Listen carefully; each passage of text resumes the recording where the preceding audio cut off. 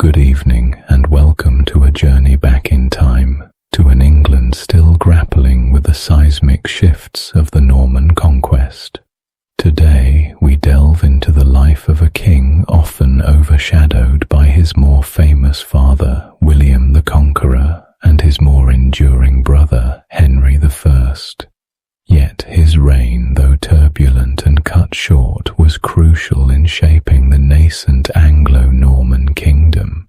We speak of William II, known to history as William Rufus, William the Red. His story is one of ruthless ambition, political cunning, military prowess, and a dramatic, mysterious end that has captivated historians for centuries. Our story begins not with his birth, but with the towering figure of his father, William I the Conqueror. To truly understand Rufus, we must first comprehend the monumental legacy he was born into. William had seized the English throne by force at the Battle of Hastings in 1066. This was no mere territorial acquisition. It was a cataclysmic event that fundamentally reshaped England's political, social, and cultural landscape. His victory was absolute, but his rule was a constant act of consolidation, of suppressing persistent rebellions, of dispossessing the Anglo-Saxon aristocracy, and of imposing a centralized Norman system on a largely defiant populace. The Norman yoke, as it was often described, was heavy, marked by the construction of formidable castles, the introduction of a new feudal hierarchy, and the dominance of a French-speaking elite. By the time Rufus was born, sometime between 1056 and 1060, the Conqueror was already a formidable, even fearsome presence, not just in England but across his ancestral Duchy of Normandy. He was a man of iron will, unparalleled military skill, and a strategic mind capable of long-term planning, a true embodiment of the ruthless, ambitious Norman spirit. William Rufus was the third surviving son of William the Conqueror and Matilda of Flanders. His mother, Matilda, was a woman of considerable political astuteness and royal lineage, a daughter of Baldwin V, Count of Flanders, and a descendant of Alfred the Great. This distinguished lineage was crucial, lending legitimacy to the Conqueror's nascent dynasty. Rufus's elder brothers were Robert Curthose, the eldest and nominal heir to Normandy, and Richard, who died young in a hunting accident in the New Forest, an ominous precursor perhaps to Rufus's own fate. His younger brother was Henry, later Henry I, a man destined to become a king of exceptional intellect, cunning, and ambition, often seen as the antithesis to Rufus's more direct and less refined style. Unlike his elder brother Robert, who spent his early years primarily in Normandy, being groomed or failing to be groomed for the dukedom, Rufus likely spent significant portions of his childhood both in Normandy and in England, moving with the itinerant Anglo-Norman court.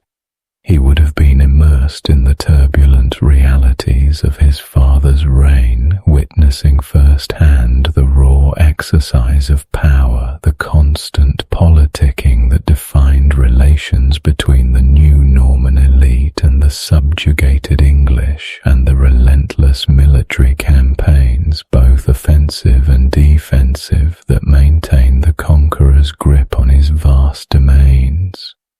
This upbringing, rather than a sheltered royal childhood, would have exposed him early to the harsh realities of governance in a newly conquered land. He would have seen his father's swift and brutal suppression of dissent, his masterful manipulation of feudal loyalties, and his tireless efforts to extract wealth and obedience from his subjects.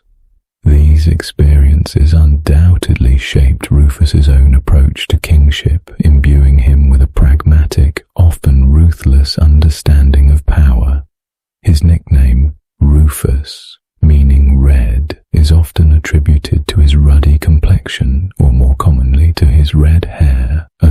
striking and distinctive feature that would have set him apart from the generally darker-haired Normans. Contemporary accounts, particularly those from chroniclers like William of Malmesbury, suggest it was indeed his hair colour that earned him the moniker, a distinct contrast that would have made him stand out even in a busy royal court. This personal detail, though seemingly minor, contributed to his memorable, if somewhat informal, identity in history. The Conqueror, despite his outward gruffness and the immense demands of his kingship, was deeply concerned with the succession and the stability of his Anglo-Norman realm. The fate of his vast, albeit newly forged empire rested precariously on the choices he made regarding his heirs.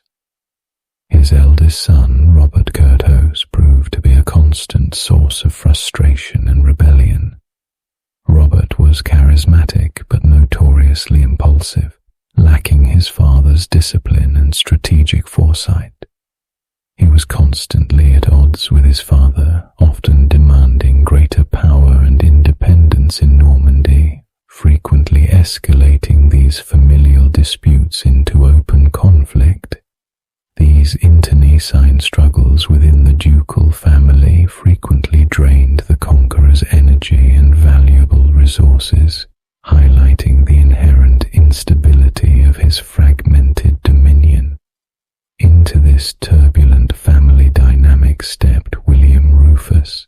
While Robert actively challenged his father, Rufus seems to have cultivated a relationship of loyalty and obedience, at least initially and certainly in the Conqueror's later years. He was clearly a favourite of the aging monarch, demonstrating a fidelity that Robert conspicuously lacked. This favouritism was not merely emotional, it was a matter of state, a calculated recognition of Rufus's more dependable temper and his demonstrated practical abilities. As the Conqueror aged, his health began to decline. The wounds of a lifetime of warfare, particularly a serious injury sustained during the siege of Mantes in 1087, took their inexorable toll. Realizing his end was near, William the Conqueror faced the agonizing but crucial task of making final decisions about the future of his Anglo-Norman lands. His legacy, and indeed the future stability of what he had built, hinged on these choices. According to Anglo-Norman chroniclers like Orderic Vitalis and William of Malmesbury, who offer the most comprehensive accounts of this period, on his deathbed, the Conqueror made a momentous decision that would shape the destiny of his sons and their realms. He left Normandy, his ancestral duchy, to his eldest and often rebellious son, Robert Curthose. This was consistent with Norman tradition, where the eldest son inherited the primary family lands. Primogeniture was the established custom, albeit sometimes contested. However, for England, a kingdom he had conquered and held by right of conquest, the Conqueror made a strikingly different and highly unconventional choice. He decreed that William Rufus should succeed him as King of England. It was a surprising choice to many, arguably a pragmatic one born of necessity and a deep concern for England's future stability. Robert's turbulent nature, his documented record of rebellion, and his reputation for instability and financial mismanagement may have deeply concerned the Conqueror regarding the newly consolidated and still fragile English kingdom. England required a firm, decisive hand, and Robert's character seemed ill-suited to the task. Rufus, by contrast, had shown a greater degree of fidelity and perhaps a more direct and less erratic disposition, better suited to the harsh realities of governing a recently conquered and resentful populace. The youngest son, Henry, was granted a sum of money, £5,000 of silver, and promised that in time he too would rule. This seemingly minor provision, a subtle nod to his potential, would prove to be profoundly significant in the years to come, a testament to Henry's shrewdness and his father's prophetic, if limited, recognition of his talents. William the Conqueror died on September 9, 1087, in Rouen. His death plunged the Anglo-Norman realm into a period of profound uncertainty. The Conqueror had been a singular figure, a force of nature whose sheer will had held his disparate dominions together. His absence created an immediate power vacuum that his sons immediately moved to fill, each with varying degrees of speed and determination. Rufus, acutely aware of the urgency of the situation and the potential for challenges to his claim from powerful disaffected barons, acted with remarkable swiftness. He had been present at his father's deathbed, absorbing the Conqueror's final instructions and likely recognizing the precariousness of his position. Immediately following the Conqueror's demise, Rufus, armed with letters of command from his dying father, rode without delay to England. His mission was clear and urgent: secure the throne before any opposition could fully materialize. This swift, decisive action stands in stark contrast to Robert Curthose, who lingered in Normandy, initially seemingly oblivious or uncaring of the speed required to solidify his inheritance and assert his claim to England. Robert, ever the procrastinator, indulged in revelry and neglected the practicalities of kingship, a weakness that Rufus would expertly exploit. Upon reaching England, Rufus encountered surprisingly little organized resistance to his coronation.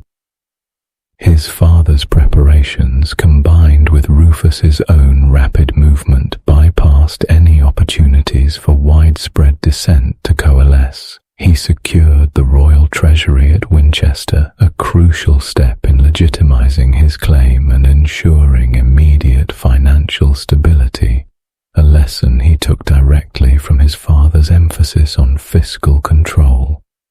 He then proceeded to Westminster Abbey, the spiritual and governmental heart of his new kingdom, where he was crowned King of England on September 26, 1087, by Archbishop Lanfranc of Canterbury, a trusted advisor to the Conqueror and a key figure in the English Church.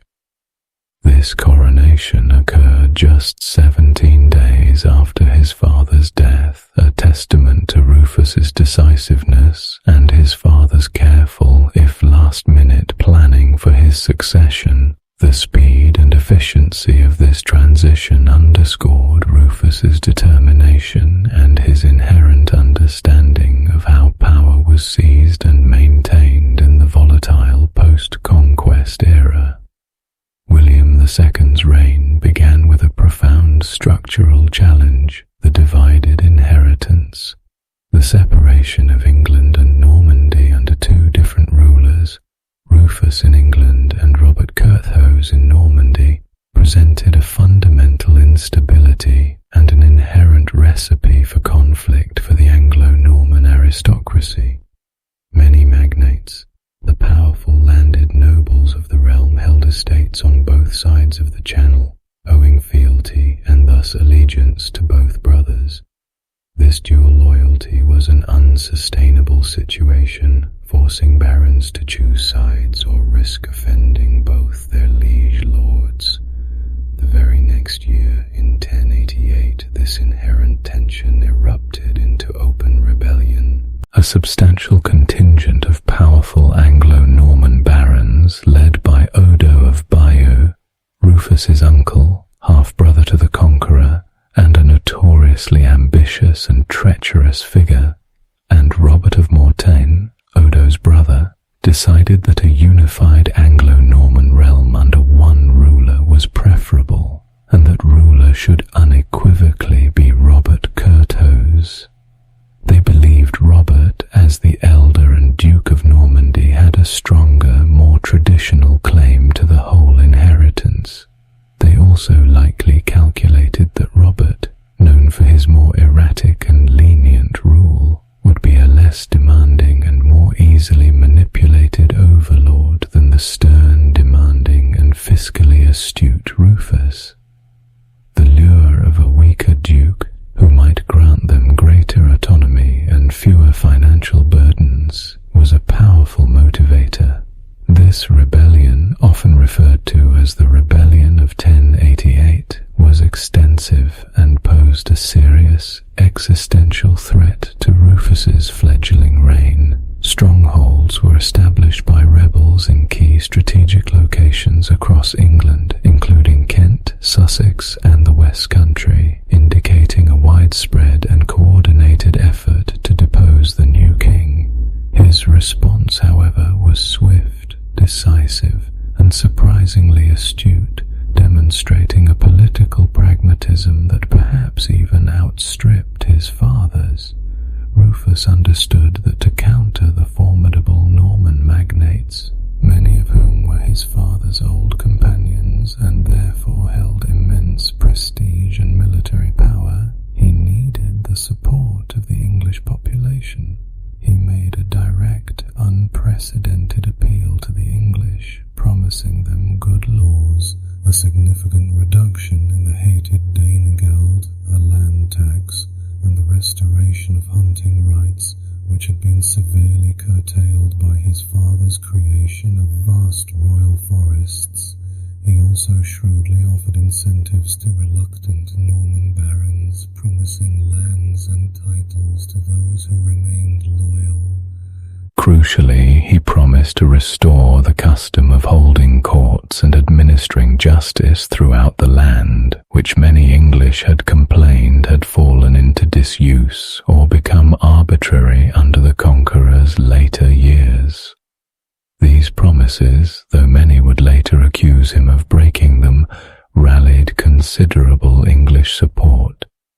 It was a remarkable act of public relations and political opportunism for a Norman king, demonstrating a degree of popular appeal and a willingness to transcend ethnic divisions rarely seen in the immediate post-conquest period. With this newfound English backing, and the loyalty of a core group of Norman supporters who either calculated that Rufus was the stronger horse or were genuinely faithful, Rufus moved decisively against the rebels. He besieged Tunbridge Castle, a stronghold of Richard Fitzgilbert, before moving to Rochester Castle, a key rebel stronghold held by the treacherous Odo of Bayeux. The siege was long and arduous, marked by fierce resistance, but Rufus pressed it relentlessly, demonstrating his resolve and developing military competence. Eventually, the rebels were starved into submission and forced to surrender.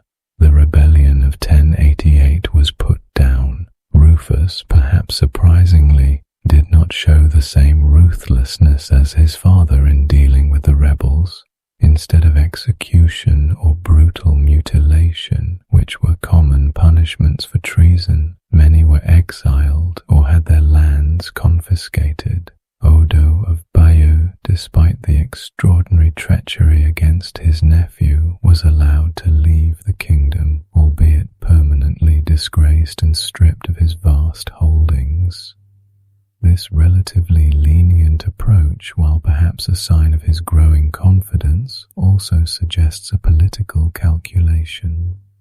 It was often better to exile powerful but defeated men than to create martyrs and further instability in a kingdom that still required consolidation. The victory solidified Rufus's position on the English throne. It demonstrated his burgeoning military competence, his formidable decisiveness, and his surprisingly astute political instincts. He had faced down a major challenge to his authority, and emerged not merely intact, but demonstrably stronger. With his English throne now secured, Rufus immediately turned his attention to Normandy. the underlying cause of the 1088 rebellion, the divided inheritance and the inherent conflict of dual fealty, remained. Robert Curthos's rule in Normandy was proving to be chaotic, ineffective, and financially unstable. Robert's nature was generous to a fault, often leading him to squander valuable resources, but it lacked the discipline, the stern hand, and the strategic vision required to govern a duchy filled with powerful, ambitious, and often unruly barons. He was frequently short of money, selling off ducal lands, rights, and even castles to finance his lavish lifestyle. His military adventures, which often yielded little return, and his chronic lack of fiscal responsibility. Rufus, by contrast, had the stable and increasingly prosperous revenues of England at his disposal. His centralized administration and effective tax collection, a legacy of his father's reforms, provided him with a significant financial advantage. This financial disparity would be a defining feature of their fraternal rivalry, allowing Rufus to exert leverage time and again. From 1088 onwards, Rufus began a systematic campaign to undermine and eventually take control of Normandy. He used a combination of military pressure, carefully cultivated alliances with disaffected Norman barons who were tired of Robert's weak and unpredictable rule, and, crucially, financial inducements. Many Norman lords, often holding English lands themselves, and therefore keen to maintain good relations with the English king, found themselves drawn to Rufus's more stable, fiscally rewarding, and militarily competent offer. They received English gold and promises of security and justice that Robert could rarely provide. Rufus launched a series of campaigns across the Channel, gradually eroding Robert's authority. He seized key castles and strategic towns, using England's wealth to pay for garrisons and mercenaries, effectively buying loyalty and influence. The peak of this familial struggle came in 1091 when Rufus launched a major invasion of Normandy, leading a substantial army across the Channel. The two brothers, after an initial period of skirmishing and a somewhat half-hearted military confrontation, eventually met and negotiated the Treaty of Rouen, a pivotal moment in their relationship. Under the terms of this treaty, Robert Curthose essentially acknowledged Rufus as the feudal overlord of England, dropping his prior claim. More significantly, Rufus gained substantial territories and key castles within Normandy itself, effectively carving out a contiguous block of direct royal control within his brother's duchy. In exchange, Rufus agreed to financially support Robert and to help him subdue rebellious elements within Normandy, a clause that simultaneously acknowledged Robert's weakness and extended Rufus's influence. Critically, the treaty also stipulated that if either brother died childless, the other would inherit their entire domain, a clause designed to prevent future divisions and which heavily favored Rufus, as Robert had no legitimate heirs at this point, and Rufus was in his prime. This treaty was a significant victory for Rufus, effectively making him the dominant partner in the Anglo-Norman relationship and laying the groundwork for eventual reunification. Rufus's involvement in Normandy was not merely about personal ambition, it was about ensuring the stability of his English realm.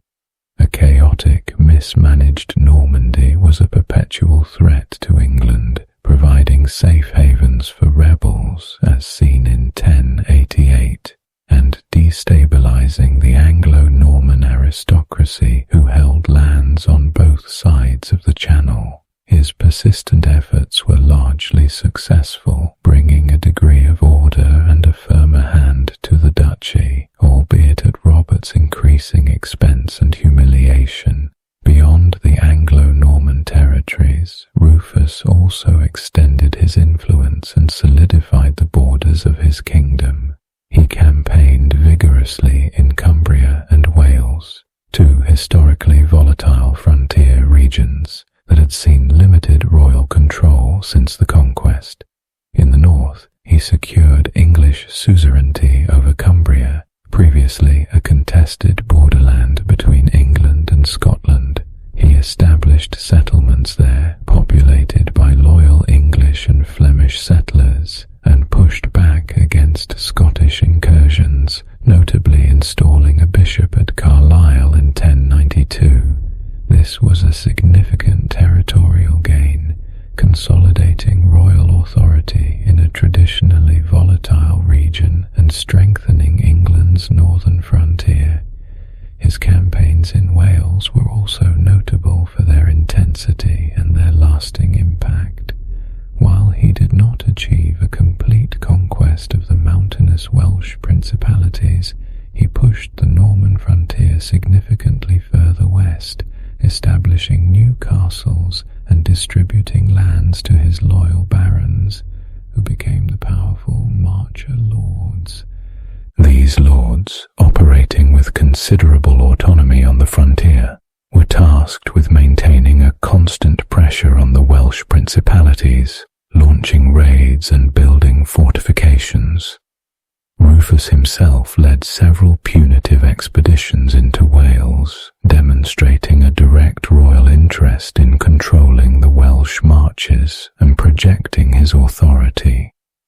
He was a king who preferred to lead from the front, much like his father, a characteristic that often earned him the respect of his military followers. Although the Welsh continued to resist fiercely, Rufus laid the groundwork for future English expansion. Alongside his military and political successes, Rufus's reign was marked by significant controversy, particularly concerning his relationship with the Church. William the Conqueror had maintained a strong, almost autocratic control over the English Church while generally respecting its spiritual authority and autonomy within its own sphere.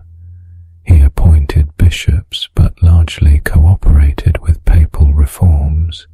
Rufus, however, pushed the boundaries of royal prerogative to an unprecedented degree, alienating many within the ecclesiastical hierarchy.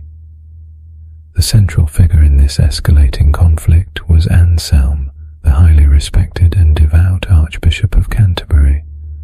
For 4 years after the death of Archbishop Lanfranc in 1089, Rufus refused to appoint a successor to Canterbury, the most powerful ecclesiastical see in England. This was not an oversight, it was a deliberate and cynical policy.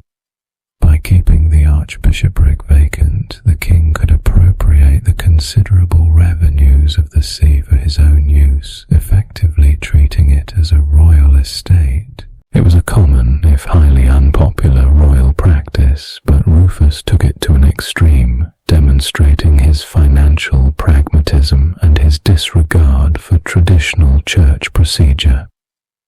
The prolonged vacancy caused widespread concern within England and Rome, further damaging Rufus's reputation among churchmen. Finally, in 1093, perhaps influenced by a severe illness that brought him to the brink of death and likely prompted a fear of divine judgment, Rufus appointed Anselm, then abbot of Bec in Normandy, to the vacant see. Anselm was a renowned scholar, philosopher and reformer, widely acclaimed for his piety and intellectual rigor. However, this appointment did not bring peace. Anselm was a strong proponent of Gregorian reform, a movement sweeping Europe that sought to free the Church from lay control, assert its spiritual independence, and enforce strict clerical discipline.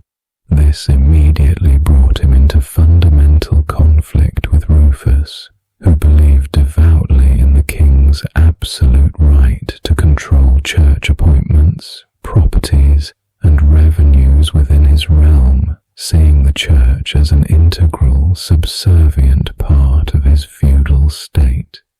Key points of contention between the two formidable figures included investiture.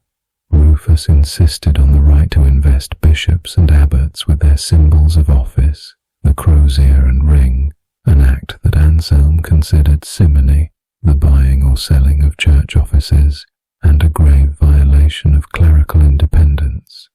The Church, under Gregorian reform, argued that investiture by laymen polluted the spiritual authority of clergy.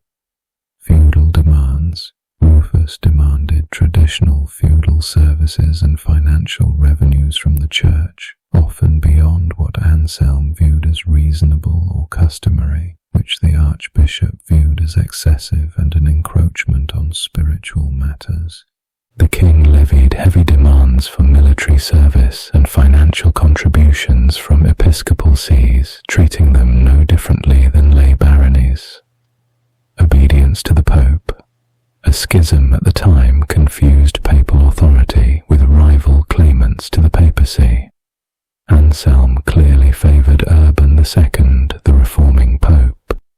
Rufus, however, demanded that no English prelate acknowledge any pope or travel to Rome without his explicit prior consent, fearing that external loyalties would undermine his absolute royal authority. The king and archbishop clashed repeatedly and vociferously. Rufus, known for his crude humour, blunt manner, and fiery temper, often resorted to intimidation, threats, and even public humiliation. Anselm, for his part, was unyielding in his defence of church rights and his deeply held principles, often invoking the authority of God above that of the king. The conflict culminated in 1097 when Anselm, unable to reconcile his conscience with the king's unyielding demands, left England for Rome without royal permission, effectively going into self-imposed exile. He remained abroad for the rest of Rufus's reign. Rufus immediately seized the revenues of the archbishopric, once again demonstrating his financial pragmatism and ruthlessness, which earned him deep condemnation from monastic writers. This bitter conflict with Anselm, recorded vividly and often dramatically in chronicles of the time, contributed significantly to Rufus's overwhelmingly negative portrayal by monastic writers. They depicted him as impious, greedy, tyrannical, and a king who shamelessly exploited the church for his own gain, portraying his reign as fundamentally irreligious. While these accounts are undoubtedly biased, written by those with a vested interest in the church's independence and Anselm's cause, they reflect the genuine and profound tensions that characterized Rufus's ecclesiastical policies and his strained relationship with influential church figures. This negative historiography has colored our understanding of Rufus for centuries. Contemporary chroniclers, largely monastic and thus often hostile due to his treatment of the church, paint a complex and often contradictory picture of William Rufus. He was undoubtedly a controversial figure, polarizing opinion even in his own time. As a ruler, he was highly effective, if at times unpopular amongst certain segments of society, particularly the clergy and those burdened by his taxation. He maintained strict order in England, continuing his father's relentless work of consolidating royal authority, which ultimately benefited the kingdom as a whole, ensuring stability. The Domesday Book, commissioned by his father, was still being analysed and used to regularize taxation and extract maximum revenue during his reign, a testament to his fiscal efficiency. He built new castles, improved royal finances through rigorous collection and appropriation, and and presided over a relatively stable period save for his own familial and ecclesiastical struggles. He was highly regarded for his military prowess, often leading his armies personally from the front lines, demonstrating exceptional bravery and leadership qualities. He was brave, decisive, and had a strong grasp of military tactics, demonstrating these qualities in the suppression of the 1088 rebellion, the prolonged and successful campaigns in Normandy, and his vigorous expeditions into Wales and Cumbria. These achievements were vital for the survival and strengthening of the nascent Anglo-Norman kingdom. His personality, however, was less appealing to many. Chroniclers describe him as crude, boisterous, and given to sudden, unpredictable fits of rage. He was known for his cynical and often irreligious humour, which further alienated the already hostile clergy and contributed to his image as an ungodly king. He certainly lacked the piety and dignified comportment expected of a medieval king by many, presenting a stark contrast to his more pious brother Henry I, who cultivated a devout public image. He was seen as dissolute, pleasure-seeking, and disdainful of traditional moral codes. His private life has also been a perennial subject of historical debate. He never married and had no known legitimate children, a fact that would prove profoundly significant for his succession and fuel speculation. This absence of a queen and heirs was highly unusual for a king of his age and status, and certainly would have been a matter of concern at court. While some historians have speculated about his sexuality, suggesting he may have been homosexual, explicit and definitive evidence is scarce. Contemporary chroniclers, especially those hostile to him, like William of Malmesbury, often hint at vices or unnatural habits, but these are vague and could refer to a wide range of behaviors beyond what we would now define as sexuality, including excessive drinking, gluttony, greed, or general impiety, all of which would have been seen as sinful by monastic writers.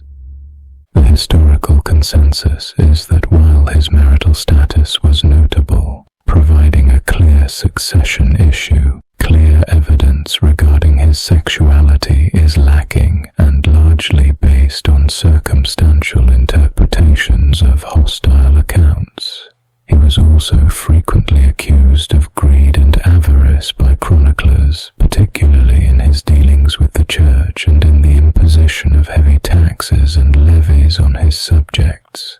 This criticism is understandable from the perspective of those who paid the taxes or saw their church lands appropriated.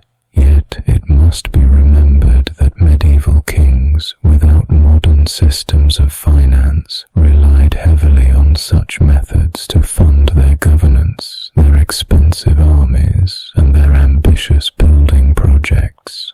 His financial policies, though harshly criticized by many, were undeniably effective and enabled his military successes and the stability of his realm. He understood that wealth was power, and he pursued it relentlessly. Beyond warfare and political intrigue, Rufus's reign also saw significant construction projects, demonstrating his long-term vision and ambition. Like his father, Rufus was a builder, recognizing the importance of imposing physical structures as symbols of royal power, as administrative centers, and for practical governance. One of his most enduring legacies is Westminster Hall. While begun by William the Conqueror, it was Rufus who oversaw its completion and grand expansion. The intention was to create the largest secular hall in Europe, a truly monumental structure serving as a royal palace, a place for lavish banquets and courtly gatherings, and a supreme court of justice for the kingdom. The sheer scale of the hall, with its vast open space and impressive dimensions, was truly monumental for its time, requiring innovative engineering. It was a clear statement of Norman power, the enduring presence of the royal court in Westminster, and Rufus's own ambition to exceed even his formidable father. It stands to this day as a testament to Rufus's vision and the architectural skill of his engineers. He also continued the construction of the Tower of London, a formidable stone fortress and enduring symbol of Norman dominance that his father had initiated, further cementing royal authority in the very heart of his capital. These building projects demonstrate that despite the constant warfare and political maneuvering that defined his rule, Rufus was also invested in the physical infrastructure that underpinned his secure and centralized monarchy. By 1199, William Rufus was at the zenith of his power. He had effectively brought Normandy under his direct control, surpassing even his father's efforts to fully integrate the duchy.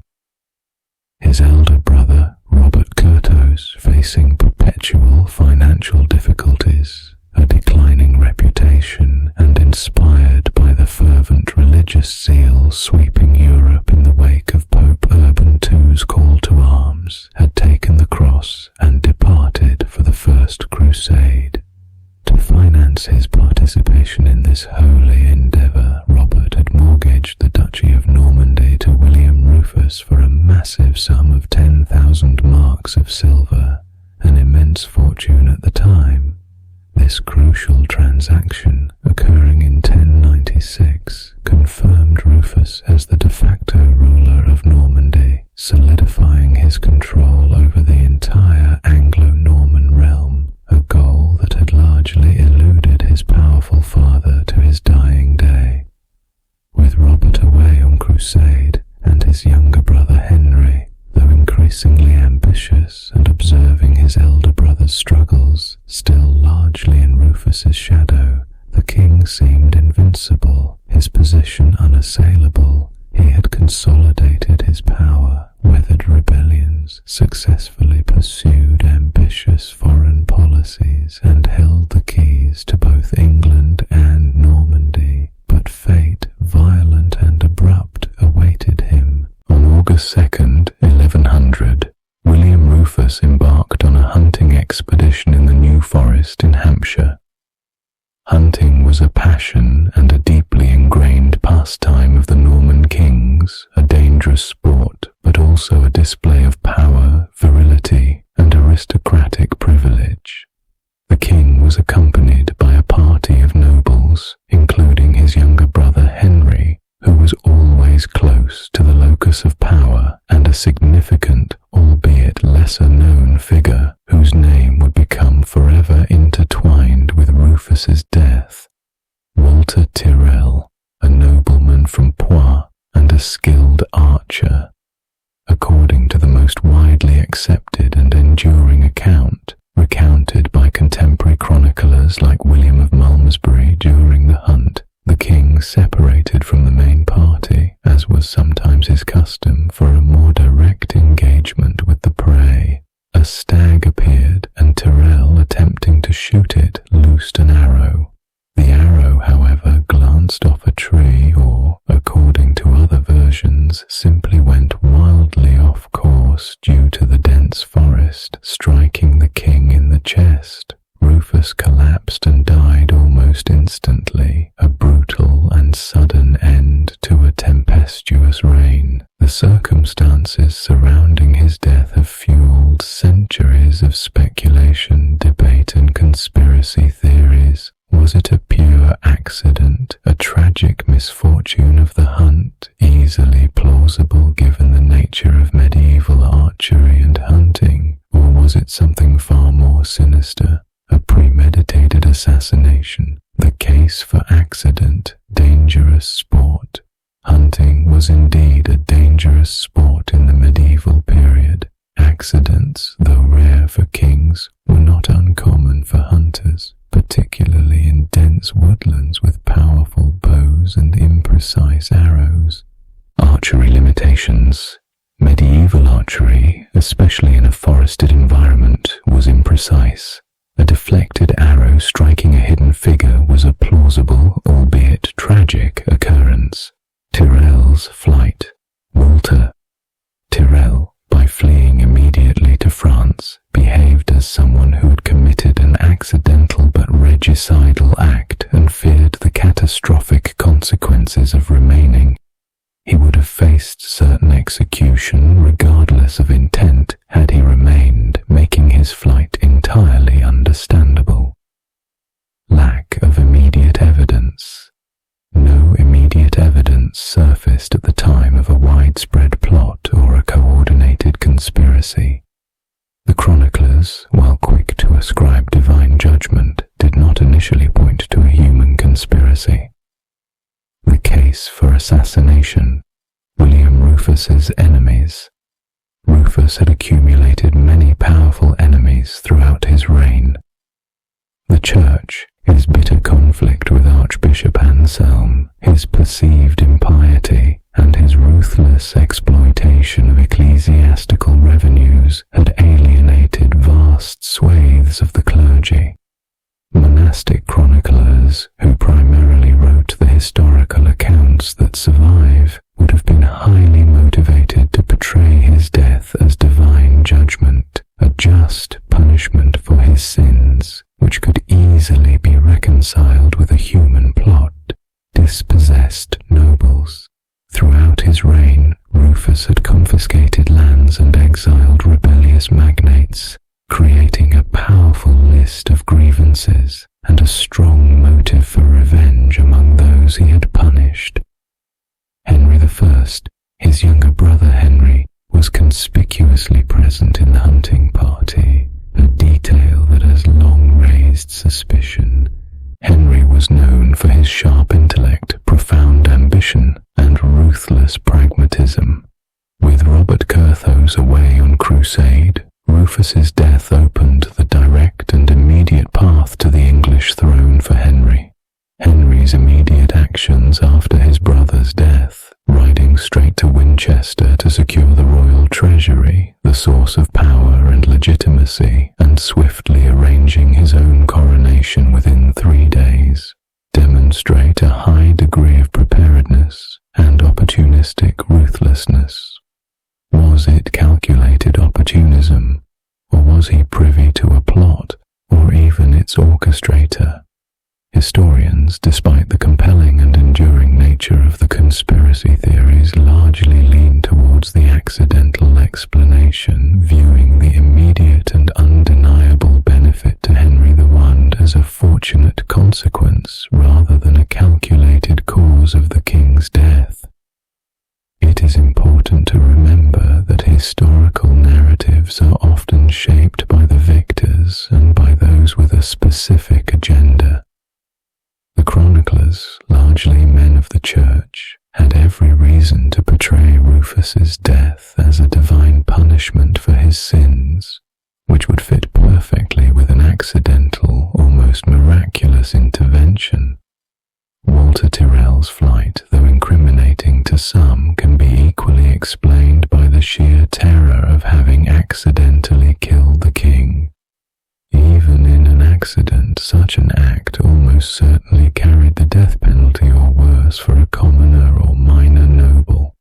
The lack of concrete evidence for a plot or for Henry's direct involvement, despite the suspicious timing and Henry's subsequent actions, makes the assassination theory difficult to prove definitively.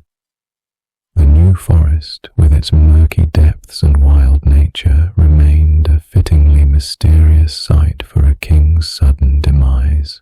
Regardless of the precise cause, the king's death was immediate and profound in its consequences. His body was discovered by local peasants, with his hunting companions, including his brother Henry, having, understandably from their perspective, fled the scene in haste to secure their own positions or avoid implication. The body was left where it fell. Eventually, it was transported with a remarkable lack of royal ceremony on a charcoal burner's cart to Winchester Cathedral, the ancient capital and site of England's royal treasury, where it was buried the very next day. This undignified transportation further contributed to the monastic narrative of a king justly punished by God. William Rufus's sudden death without a legitimate heir plunged England into a brief but critical succession crisis. His younger brother, Henry, seized the moment with remarkable speed and efficiency, demonstrating an almost preternatural readiness. Before Robert Curthose, still on crusade in the Holy Land, could even learn of his brother's demise, Henry had secured the royal treasury at Winchester, gained the allegiance of key magnates by promises of better governance, and was crowned King of England at Westminster Abbey just 3 days after Rufus's death on August 5th, 1100. It was a masterful display of political opportunism and decisive action, leaving Robert Curthose in the dust. Henry moved swiftly to issue a Charter of Liberties, promising to reverse the perceived abuses of Rufus's reign, particularly concerning church revenues and arbitrary justice, thereby immediately gaining powerful support. Robert Curthose, upon his belated return from the crusade the following year, did attempt to assert his claim to England. He landed with an army, but found Henry's position already too strong, meticulously consolidated in his absence. After some manoeuvring, the brothers signed the Treaty of Alton in 1101, by which Robert recognized Henry as King of England in exchange for an annual pension. This peace, however, was short-lived. Within a few years, Henry, now having solidified his own position and with the financial resources of England at his command, turned against Robert, accusing him of misgovernance and instability in Normandy. The ultimate showdown came at the Battle of Tinchebray in 1106, where Henry decisively defeated Robert, captured him, and imprisoned him for the rest of his life, a full 28 years until his death in 1134. Thus, Henry I finally reunited England and Normandy under a single crown, something his father had struggled to manage, and Rufus had achieved only temporarily through mortgage and purchase. This brutal act cemented Henry's authority and brought his father's full Anglo-Norman domain back under a unified rule, a lasting legacy of the post-conquest era. William Rufus's legacy is a contested one, often predominantly defined by the overwhelmingly negative assessments of the monastic chroniclers. For centuries, he was portrayed as harsh, impious, extravagant, avaricious, and dissolute, a king who exploited the church and lacked the expected royal virtues of piety and wisdom. Yet a more nuanced historical perspective, liberated from the biases of his ecclesiastical critics, reveals a different, more complex picture of an undeniably effective ruler. His achievements: consolidator. He successfully consolidated royal authority in England after the potentially devastating power vacuum left by his father's death, putting down a major aristocratic rebellion and ensuring the stability of the realm in its fragile nascent stages. Military commander. He was a highly effective and brave military leader, personally leading his armies. He secured the vulnerable borders in Wales and Cumbria and expertly used military and financial pressure to effectively bring Normandy under his control, achieving a level of Anglo-Norman unity that his father had never fully realized. Financial acumen. Despite accusations of greed, his financial management was crucial to his success. He amassed significant wealth through efficient taxation and control of church revenues, which allowed him to fund his expensive campaigns, pay for mercenaries, and undertake ambitious building projects without crippling his kingdom. Centralization of power. He continued his father's vital work of centralizing royal power, strengthening the monarchy at the expense of powerful independent barons, laying crucial groundwork for future English administrative development. Westminster Hall, a lasting architectural monument to his reign, demonstrating his vision and ambition as a builder and his desire to project royal magnificence and power. His controversies, church relations, his bitter and protracted conflict with Archbishop Anselm and his aggressive, unrepentant exploitation of ecclesiastical revenues left a significant stain on his reputation, largely shaping the negative view of him for centuries and ensuring the hostility of historical writers. Lack of heirs. His failure to marry and produce legitimate heirs directly led to the sudden succession crisis that brought his ambitious brother Henry to the throne in a controversial manner, fundamentally altering the future of the Anglo-Norman dynasty. Personality.